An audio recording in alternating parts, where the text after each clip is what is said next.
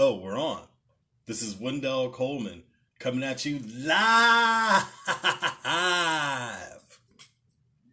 on those Facebooks.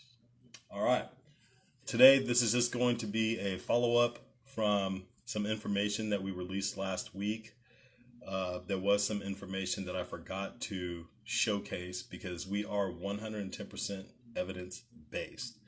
So we're following up on the failure to investigate law enforcement misconduct by Oscar Ortiz and Allison Haley in Napa Valley. We're also going to be following up with the revelation of the conflict of interest violations by Allison Haley by being the president of the nonprofit If Given a Chance and also being a board member of the Napa Special Investigations Bureau, who gave a charitable gift of seized assets in the value of $10,000 to an organization that the district attorney, Allison Haley, is president of, which is just absurd. Anyhow, let's just roll right on into it. We don't have a lot of time. Let's do this. So we will start out with, we got some, let's go on ahead and start with the missed information from last week. I'm just going to pull that up here. There was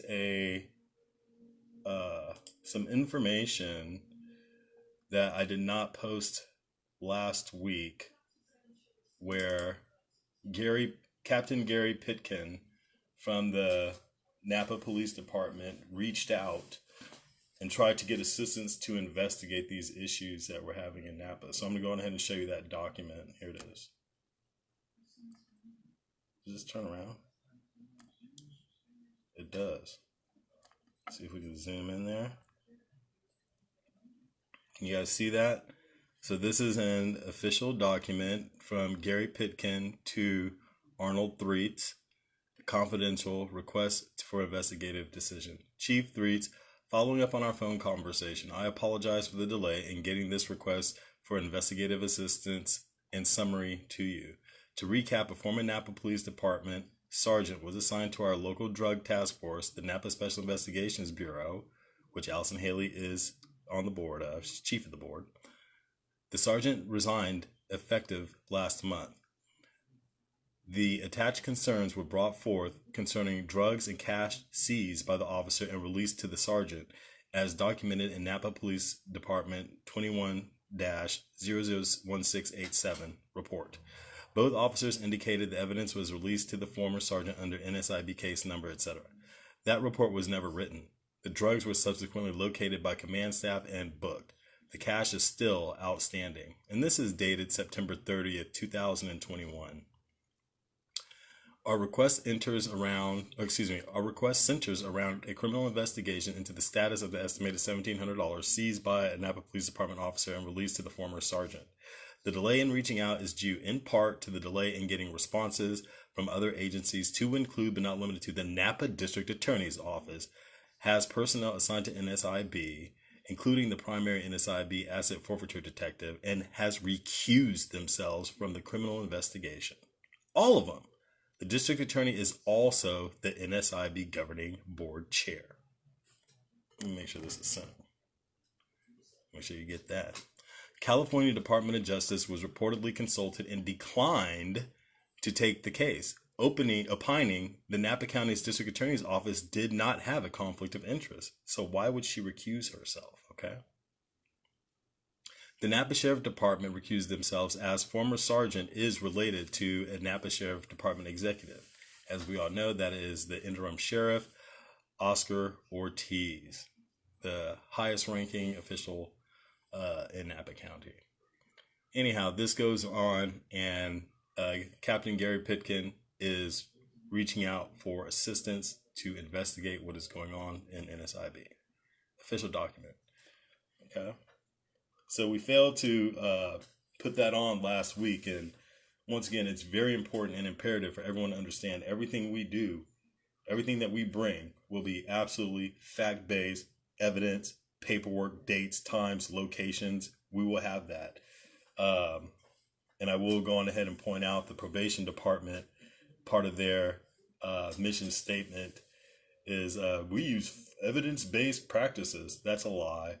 The district attorney's office too. Evidence-based practices. That's a lie. And I'm just saying this because it's going to build up to the other story that we're going to be coming out with about how they are coaching mostly women on how to get charges of domestic violence filed so that they can prosecute the cases. Absolute fact. Don't forget, fact-based evidence only. So that was a little bit of a recap about what's going on there.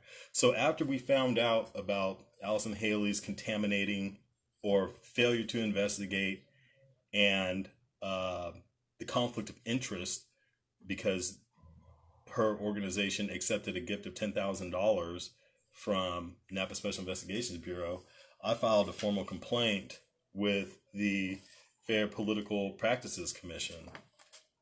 Okay. And they responded. Oh, no. So we're going to do it this way now. So here we go. Nice response from the Fair Political Practices Commission. The Enforcement Division of the Fair that I received your sworn complaint alleging violation of the conflict of interest and behest payment provisions of the Political Reform Act. After reviewing the complaint, we have concluded that we will require additional time beyond the initial 14-day period to await the response in order to determine whether additional investigation is appropriate. We appreciate your patience in this regard. Boom. So I got this yesterday. And of course, I immediately sent them additional information to support the claim because that's how we get things done. So I went on ahead and sent her this photo of Allison Haley, clearly indicating, I don't know if you can see that here, that she is the president of If Given a Chance. So they could rise above the shooting star and everything. Okay? More like the star that fell from Isaiah 14:12. So there's that. And here is the affidavit that I wrote. And this will be available for anyone who wants to read the whole thing. I'll post it on Facebook. I, Wendell Coleman, am of sound mind and body, declare and state and submit the claim of fraud, theft, willful and intentional negligence, intentional collusion, intentional deception, and participation in conflict of interest committed by Jennifer Allison Haley in both her professional and private capacity. It just kind of goes on. Jennifer Allison Haley is chair of the board, Napa Special Investigations Bureau, and the president of If Given a Chance nonprofit organization. Both entities are based in Napa. When Allison Haley's nonprofit accepted the gift of $10,000, that directly resulted in financial interest of her personal nonprofit agency, which she is sitting president of. And then we just go into a little bit of case law. It's a violation of regulation 18704C. And this is section 3 of section 87103, where a business entity in which the official has a direct or indirect investment worth $2,000 or more, or if in which the official is a director, officer, partner, trustee, employee, or holds any position of management, real property in which the official has an interest worth $2,000 or more, a source of income totaling over $500 more in value. And this kind of just goes down other criteria that can be met in order to actually violate conflict of interest statutes, which she clearly has. So I just put this together with the case law and shot it on over to the what do I call it here? I think the Fair FPPC, Fair Political Practices Commission. Yeah, that's them. Okay. So whenever you get information, you find out there's some wrongdoing, I truly encourage everyone out there to do your part, because we have the people that are, we're the beneficiary. They are the trustee. They are supposed to be doing what is in the best interest of us. So when you catch someone who's supposed to be prosecuting crimes and keeping us safe, letting people slide and cutting breaks for certain people, that's discrimination. That's not equal treatment. And it's the kettle calling the pot black, throwing rocks in a glass house. It's one of the most hypocritical things that a district attorney can do. You're supposed to be out there prosecuting people for committing crimes, yet you recuse yourself from prosecuting someone who is right underneath you, the Napa Special Investigations Bureau, right there underneath you. That's completely inappropriate. And then you're accepting money. It's not a good look. It's not a good look. So anyways, today's focus, was that all we had to cover there? As a recap? That's all we have for now with the recap of what took place last week. Now we're going to move on to the Public Defender's Office not having their oaths of office on file. So I'm going to pull up this email here that I wrote to Oscar Ortiz back in May 11th, 2022. Sheriff Coroner Oscar Ortiz, I have sent this notice to you 3 times, and you are refusing to respond or act. Are you not Sheriff Coroner of Napa County? It is your duty to protect the rights of members of this community, and you are not doing your job. If you continue to fail to perform, I will take action against your bond. Please see the email below that I have sent you on 3 occasions. And I just go through it. We're going to be covering the Dustin West story next week. Here's the focus today. So, as you guys have been made aware, we made several FOIA, Freedom of Information Act requests to the county clerk, John Tudor's office. And through our investigation, we noticed that, hey, none of the public defenders have an oath of office signed on the record, which means none of them were affirmed to position. So we're going to go on ahead and, as usual, we're going to produce that evidence. So we have here Kristen Keeley. Look at the date, April 5th. Michael Learnhardt, April 5th, 2022. Molly Hendry, April 5th.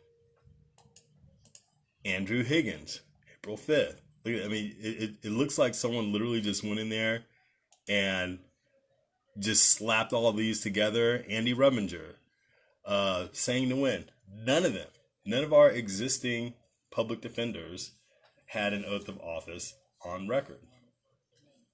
Now, the issue with this is, I don't know if you could read that. Let's see if we can zoom in for those who want to read it. I'm just going to go on ahead and read it to you. And this is part of the email that I sent to Sheriff Coroner Oscar Ortiz with evidence. According to California Government Code Article 4, Oath of Office, California Codes Government 1360 through 1369, Government Code Section 1360 through 1369, 1360. Unless otherwise provided, before any officer enters on the duties of his office, he or she shall, remember that word, shall take and subscribe the oath or affirmation set forth in Section 3 of Article 20 of the Constitution of California. According to 5 U.S. Code subsection 3331, the oath of office an individual except the president elected or appointed to an official of honor or profit in the civil service or uniformed services shall take the following oath. I, so-and-so, do solemnly swear that I will support and defend the Constitution of the United States against all enemies, foreign and domestic, that I will bear true faith and allegiance to the same, that I take this obligation freely without any mental reservation or purpose of evasion, and that I will well and faithfully discharge the duties of the office on which I am about to enter. So help me God. A lot of times they have taken out the part about so help me God, which is unacceptable to me, but it is what it is. So, and I would also like to add, a lot of times, because I've been watching a lot of real court TV, different counties, just tapping in on Zoom and watching how the courts conduct themselves, the judges, and I'm watching the performances of the public defenders and the prosecutors, and I'm seeing people get railroaded. I'm seeing a tremendous amount of civil rights violations. They just go right through them. Particularly in Napa, they are not holding bail hearings.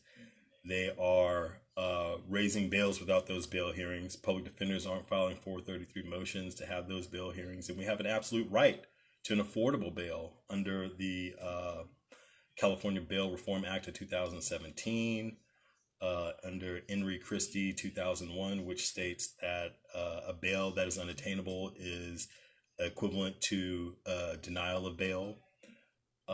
Salerno versus the United States 1987. The threat of detention forces the bail to be taken to a heightened state of consideration prior to bail being denied. None of this is taking place in the Napa courts, and there are particular criteria that must be met to deny someone bail. So I invite anyone who is out there to really just tap in on Zoom and see what they're doing. It's horrific, you know. And I have reached out to Sheriff Coroner Oscar Ortiz to see if he's willing to do what is required of his position, which is to protect the constitutional rights, our God-given inalienable amendment rights against domestic tyranny, which is taking place daily in Napa. Okay. We have another story coming out about that. We have prosecutor Amy McLeod, who has committed fraud, evidence tampering, obstruction of justice. We have Keisha Lind, who has performs malicious prosecutions with insignificant evidence. And once again, let me just say this: Amy McLeod mailed an altered minute order to the Northern District Court, and I caught that. It's all in black and white. We will always bring the evidence 100% black and white. We will showcase everything. And of course, I'm more than willing to sit down and have a conversation or even a debate with any member of leadership, any one of you, whether it's city or county, whether it's a board of supervisor, someone from the district attorney's office, someone from the public defender's office. I would love to sit down with you and ask some probing questions as to why certain actions are taking place against members of the community. You know, I want to ask someone, hey, why did it take these FOIA requests and the uncovering of the public pretenders literally pretending to be public officials without being affirmed into office? Where's that? Look at that. You can just go to Government Code Article 4 and read it all for yourself. The word here is shall. See that? Let me go there. Shall. So when they do not take the oath of office, they are not in official position or capacity to perform an office. I take it all the way back to 2012 with the request. None of them had it on record. None. Not a single one. Let me go ahead and find this document here. Come on. What do I do with it? I need to be better organized, but to be honest with you, I like winging it. It just is what it is. We're going to put it out there and share what we have, showcase it, because we're not afraid and we always have the truth. Where is that little document? Did I print it? Okay, let's see here.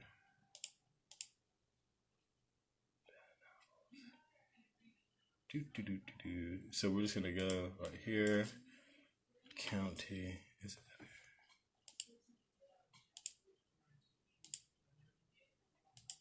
here? Boom.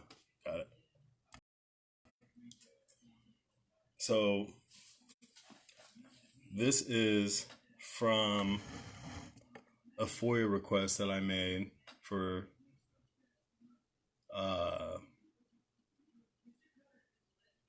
a copy of the oath of office from these public officials. Okay. The list was much longer than this. It was long. I do this all the time. And the response that I got from John Tudor's office: our office has no record of oaths received for the individuals below: County Counsel Jeffrey Brax, County Counsel Douglas Parker, Public Defender Joseph Solga. Name may sound familiar. Why? Because Joseph Solga is a sitting judge. So his entire tenure at the Public Defender's office, guess what? He did not solemnly swear to support and defend the Constitution of the United States against all enemies, foreign and domestic. He did not swear to bear the truth, faith, and allegiance to the same. He did not take the obligation, period. And he did not commit to faithfully discharge the duties of the office in which he ever entered, because he never entered the position in office. This is a constitutional violation, and it needs to be taken very seriously, because what this means is they can deviate from the Constitution and not be held liable. What that also means is that they are supposed to have a bond associated with that instrument. They take the oath of office. There's a bond associated with that. So when they when they violate someone's constitutional rights, we go, oh, hold on a second. You made a commitment to follow and obey the Constitution and protect the Constitution against all enemies, foreign and domestic. So this gives them a green light to violate people's constitutional rights with impunity. Why? Because they are not bound to their oath, which is why, we're really happy that they finally signed those oaths of office on April the 5th, 2022. But up until then, only Ronald Abernathy, the principal, okay? He's the principal. It's like a little Ponzi scheme.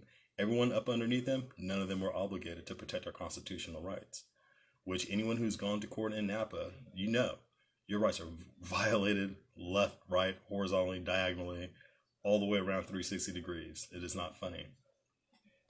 So that's all we have for today. We still are going to be showcasing these other stories that we have coming up. Once again, 110% all evidence-based, pure black and white. We have the documents, and we will continue to deliver those documents. I want to give some shouts out. I want to give a shout out to my boy Rafa. Family, I love you. I want to give a shout out to Bay Area Transparency. He's out there doing it, making sure our public officials are respecting our First Amendment right to audit, which I really would like and encourage everyone to perform that duty and look out for one another. There's a lot of people being taken advantage of in the court system. A lot. I'm gonna give a shout out to. I'm not gonna mention any names unless somebody wants to come forward and be interviewed or come on live and share your testimony. I'm not going to mention the people's names who have been contacting me, and thank you for the kind words, but I'm no one special. I was abused by this system. Our child was illegally taken from me, denied my love. I was illegally sentenced to jail, sentenced to prison for crimes I did not commit, where the evidence was below par. And I'm not alone. I received no less than 50, I would almost say 100 phone calls and emails and text messages through DM about people with testimony. And we're going to start getting those testimonies together because things need to change. I ask everyone to really consider the climate in which we are existing in today in this nation. You drive down the highway, you see rows and rows of tents and people living in uncomfortable and dire straits. And it's not cool. That's not what community is about. There's too much apathy. And I really feel that we need to take into consideration what the impact of capitalism is having on we the people. You know, if we're going to truly be we the people, we need to look over and remember that that other person standing next to you is a person. And we need to love our brothers like we love ourselves, and we need to make sure they're taken care of. Clearly, leadership isn't doing it. Leadership isn't doing it. Steve Kerr called them out. Leadership isn't doing their part, so we need to do it ourselves. They're busy worried about getting reelected, getting their numbers up. You know, District Attorney Allison Haley getting her conviction rate. But no one's looking over at the guy who needs help. So that's all we got for today. I ask everyone to pay attention and learn about your God-given and inalienable rights. And once again, look out for your brother. That's it. Until next week, I'm out. Have a good night.